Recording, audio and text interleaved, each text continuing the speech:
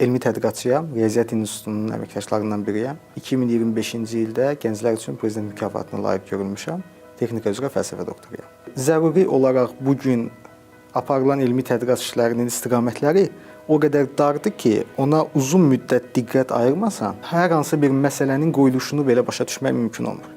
Və lazımdır ki, bəzən bir masa ətrafında oturdunsa, 12 saat, 16 saat dayanmadan məşğul olasan, diqqətini cəmləyəsən və çalışasan ki, nə baş verir ona başa düşəsən. Hələ onda qalmış ki, yeni bir şey təklif eləmək, hansı ki, bu vaxta qədər dünyada yoxdur və bu vaxta qədər dünyada olanlardan qismən daha yaxşıdır.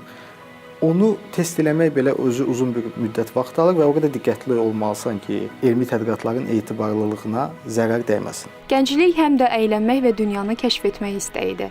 Elm bu çılğınlıqları sizin əlinizdən alırmı, yoxsa onlara yeni məna qatır? Fərqli çılğınlıqlar özü ilə bərabər gətirdiyi üçün əlimizdən alıb apardıqlarını üstünü örtmək, onu bir növ kompensasiya etmək mümkündür. Amma bir yandan da bu da mifdir ki, yəni insanın sosial həyatını elm tamamilə əlindən alsın.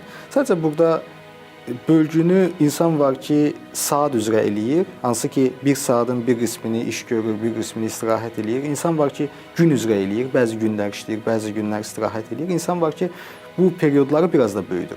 Mən elə hesab edirəm ki, əgər insan işini sevirsə, o iş dayanmadan onun beynində fırlanır və onun üçün iş-həyat bölgüsü yoxdur, amma bunun bir narahatlığı da yoxdur.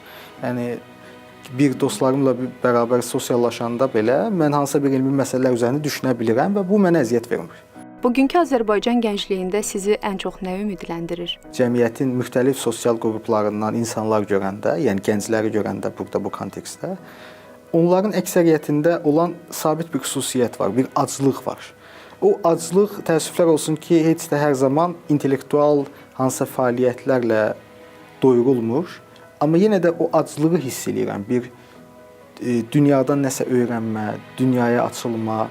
Dünya dedikdə burada həm sivilizasiya nöqteyi-nəzərdən dünyanı, həm də ki, ümumiyyətlə təbiəti nəzərdə tuturam. O aclıq həqiqətən də məhsuldar fəaliyyətə və yaxşı nəticələrə gətirib çıxara bilər, hansısa mənada.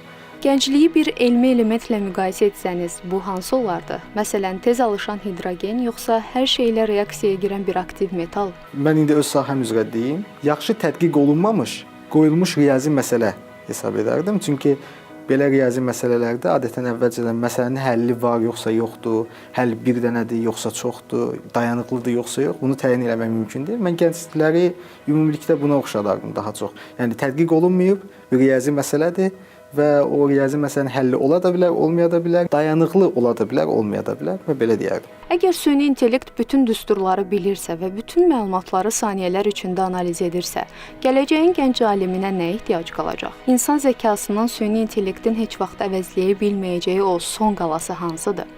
Mən belə bir qalanın olub-olmadığından əmin deyiləm, əvvəla onu deyim. İkincisi, belə bir qalanı axtarmağa ehtiyac olub-olmadığını da bilmirəm. Çünki bir məhsul varsa, məhsula ehtiyac da var. Yoxdursa, orada məhsul anlayışı yoxdur. Başqa sözlə, insanların fəaliyyəti elə insanlar üçündür və əgər insanlar qalacaqsa, onlar bir-birlərinə hansısa mənada lazım olacaqlar.